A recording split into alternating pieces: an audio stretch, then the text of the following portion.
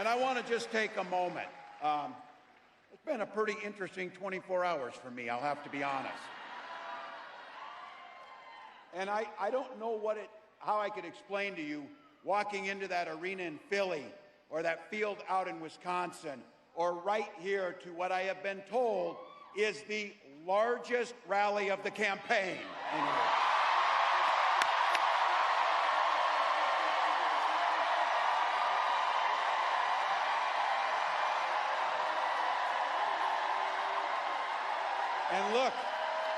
And look, this is a place full of working folks, students, folks who care. And I think about this. You came out here early, found a place to park, stood in the sun, sat here and wait, and you did it.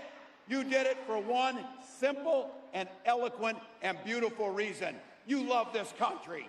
You love this country.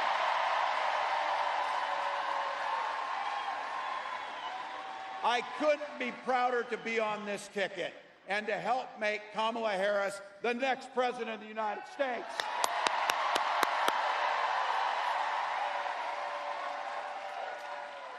Every day of her life, Vice President Harris fights for the American people. She's taken on predators, fraudsters, and transnational gangs. You heard it.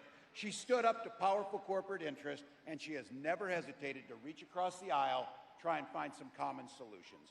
And she has done it, and this is what we know.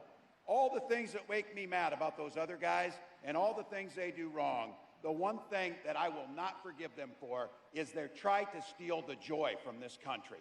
They try and steal the joy. But you know what? You know what? Our next president brings the joy. She emanates the joy.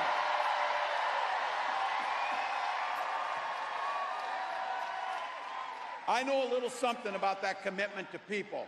I was born in a small town of 400 people in Nebraska, and community was the way of life.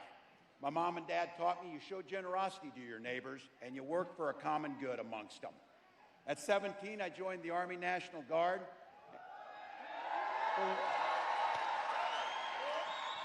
And for the next 24 years, it was a privilege to wear the uniform of this country. And just as it did for my dad, a Korean War-era veteran, and millions of others, I used the GI Bill to get a college education. Followed a bit in my dad's footsteps. He was a teacher.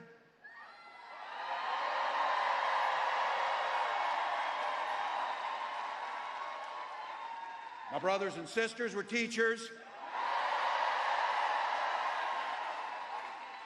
And they married teachers. I had the privilege of teaching high school social studies. And I coached the football team.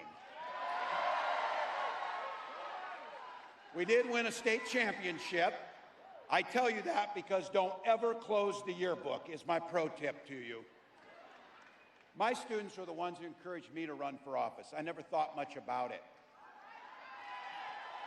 But they saw in me what I hope to instill in them, a commitment to the common good, a true belief that one person truly can make a difference in their world.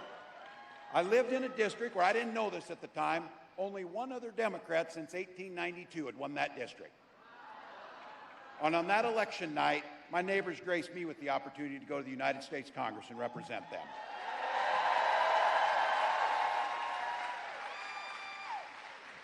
I learned how to compromise without compromising my values. I learned how to work across the aisle to get good things done for people.